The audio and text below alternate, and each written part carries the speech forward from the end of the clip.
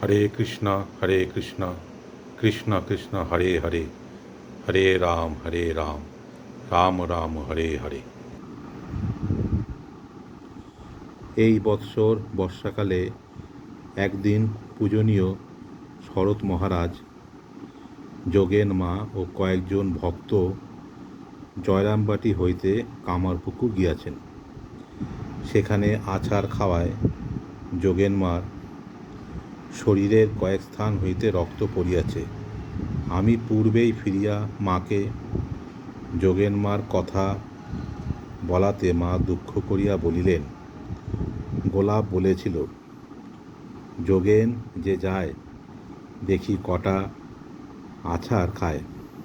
তার এই কথাটির মান রক্ষার জন্য যোগেন এই আছাড়টি খেলে।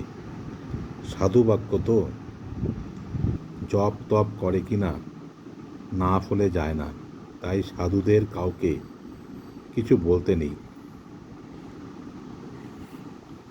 আমি বলিলাম, মা, চৈতন্যদেব নারায়ণীকে আশীর্বাদ করলেন, নারায়ণী তোমার কৃষ্ণে ভক্তি হোক। 3-4 বছরের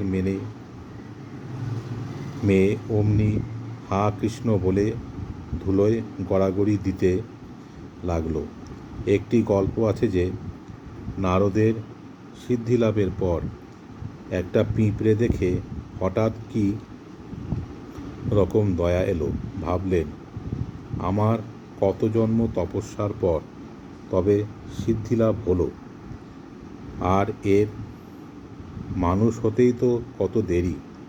দয়ায় পিঁপড়েটাকে আশীর্বাদ করলেন, মুক্ত হয়ে যাও, মুক্ত হয়ে যাও। অমনি পিঁপড়েটা পক্ষী, পশু ইত্যাদি ইতর জীবদেহ ধারণ করে ক্রমে মানুষ হলো। মানুষ দেহে অনেক জন্ম ভোগ করে করে ক্রমে তপস্যায় মন এলো এবং ভগবানকে আরাধনা করে মুক্ত হলো। এসব অসংখ্য জন্মের খেলা নারদের চোখের সামনে যেন মুহূর্ত মধ্যে হয়ে গেল। তা মহাপুরুষের কৃপা হলে তো যখন তখন হয়। মা, তা হয়। আমি তবে শুনেছি, অপরের পাপের বোঝা নিয়ে শরীর থাকে না। যে শরীর দ্বারা অনেকের উদ্ধার হতো, সেই শরীর হয়তো একজনের জন্যই ক্ষয় হয়। মা, হ্যাঁ, তার শক্তিও কমে যায়। যে সাধন তপস্যার শক্তির দ্বারা অনেকের উদ্ধার হতো, তা একজনের জন্যই ক্ষয় হয়ে যায়। ঠাকুর বলতেন, গিরিশের পাপ নিয়ে আমার শরীরে এই ব্যাধি, তা গিরিশও এখন ভুগছে। মা, আমি একদিন স্বপ্ন দেখি যে একটা লোক, মাথায় ঝাঁকড়া ঝাঁকড়া চুল, এসে তোমাকে খুব ধরে বসেছে। তুমি যাতে তাকে সদ্যই কিছু করে দাও। সে তোমার কাছ থেকে পূর্বে মন্ত্র নিয়েছে, কিন্তু নিজে কোনো সাধন ভজন করবে না। তুমি বলছো, একে যদি আমি এখনই কিছু করে দিই তাহলে আর আমি বাঁচব না, আমার দেহ থাকবে না। আমি দুহাতে তোমাকে নিষেধ করছি আর বলছি, ওকে কেন করে দেওয়া? ও নিজে করতে পারবে, সাধন করুক। সে ওই রকম বারবার বলাতে তুমি যেন ত্যক্ত হয়ে তার বুক ও ঘাড় স্পর্শ করে কি করে দিচ্ছ, এবং খানিক করতেই কেবল ওই বলছো, একে যদি আমি এখনই কিছু করে দিই তাহলে আমি আর বাঁচব না, আমার দেহ থাকবে না। তখন স্বপ্ন ভেঙে গেল। আচ্ছা, দেহ ধারণ করলে কি শক্তি সীমাবদ্ধ হয়? মা, হ্যাঁ, তা হয়। একটা লোকের জ্বালায় ত্যক্ত হয়ে অনেক সময় মনে হয়, আর এ দেহ তো যাবেই, তা যাক না, এক্ষুনি দিয়ে দিই। এই যে রাধি রাধি করি, এ তো একটা মোহ নিয়ে আছি, আমার পাগলা টাগলাকে ভয় করে। আবার সেইটে আসে নাকি করে, তুমি মঠে চলে যাচ্ছ, ভয় হয়। আমি, মা, ভগবান দর্শন মানে কি জ্ঞান চৈতন্য লাভ, না আর কিছু? মা, জ্ঞান চৈতন্য লাভ তো জ্ঞান চৈতন্য লাভ না তো আর কি? নতুবা কি দুটো শিং বেরোয়? আমি, এদের এখানকার অনেক ভক্তদের ভগবান দর্শন মানে অন্যরকম, তাকে চোখে দেখা, কথা বলা।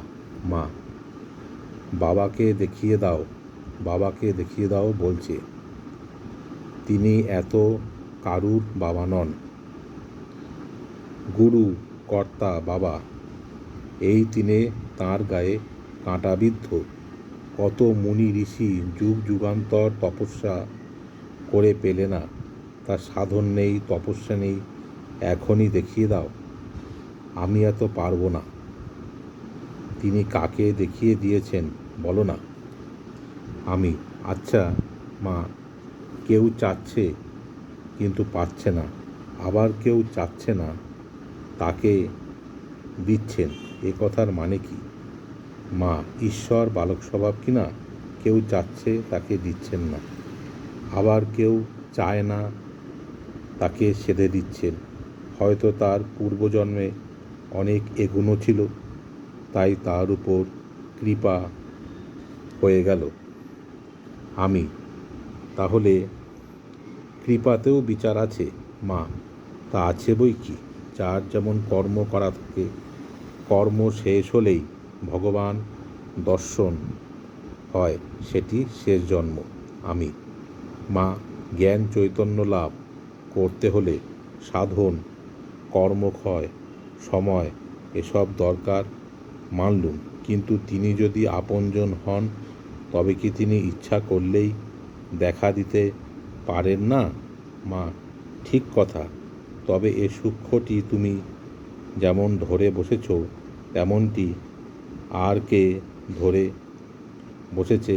সব্বাই ওটা একটা করতে হয়, তাই করে যাচ্ছে। ঈশ্বরকে চায় কজনে? আমি তোমাকে আগে একদিন বলেছিলুম যে আপন মায়েরও যদি যত্ন স্নেহ না পায়, তবে ছেলে মাকেও মা বলে জানে না। মা, তা তো ঠিক কথাই। দেখা না পেলে কোথা থেকে ভালোবাসা হয়? এই তোমার সঙ্গে দেখাটি হয়েছে, আমি তোমার মা, তুমি আমার ছেলে। হরে কৃষ্ণ।